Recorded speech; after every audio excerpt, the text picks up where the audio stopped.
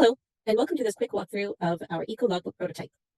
When you first come to the website, you'll see this brief little page about some details on the Eco-Logbook, about the different activities that you can track, as well as how the Eco-Logbook was developed. You can also register your school for the Eco-Logbook. If you go to the search function, you can search for specific schools. Here, I just searched for Hogwarts, or you can search for specific activities. For instance, here I searched for activities that contain the word artwork, and it will search across schools. Let's click on Hogwarts. So now we see Hogwarts homepage. We can see the activities that are coming up in the future. We can see the school map. When we hover over it, it will show the different activities. And we can see a full list of activities below. Only 3 rows are shown, but if we were to click the Show the Closed Activities, the list expands and also shows these other activities here with a little close banner. Those are ones that Hogwarts has already completed or are finished with.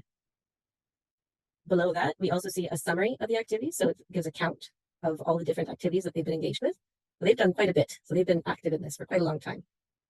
And we can see who all has been participating in their activities. Now, a cool thing is that we can filter by the topic. So for instance, if we only want to look at marine topics, we can filter it here, and we see only the marine items. And the other information is also filtered for that topic. So let's go ahead and click on one of the activities. So we can either click the activity card, or we can click the icons up here on the map.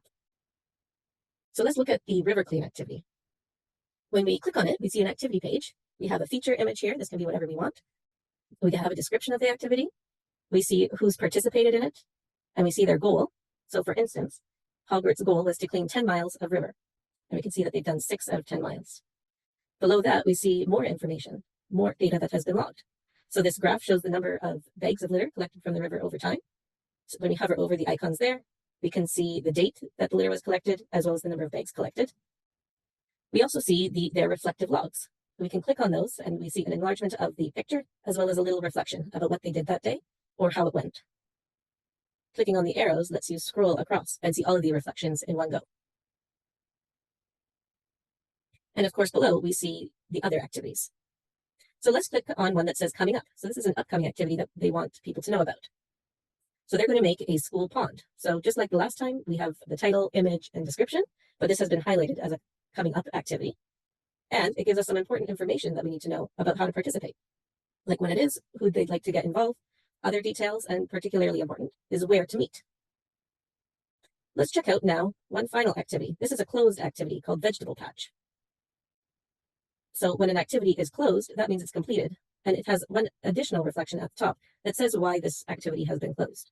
For instance, for this particular activity, it's because they met all their goals. So they have 50 out of 50 vegetables grown and sold, which was their goal, and so they've decided to move on to something else. So they've closed this activity.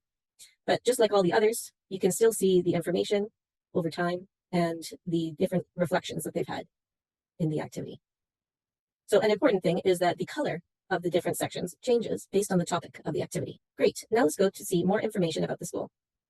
When we click on this school information menu item, we then get a page that Hogwarts can customize to tell us about themselves. So again, we have some images and some text about the school, as well as a link to their website. And that's it. Those are all the features of the public-facing view of our Eco-Logbook. Hope you enjoyed, and do let me know if you have any comments. Stay tuned for the next video on the data entry view.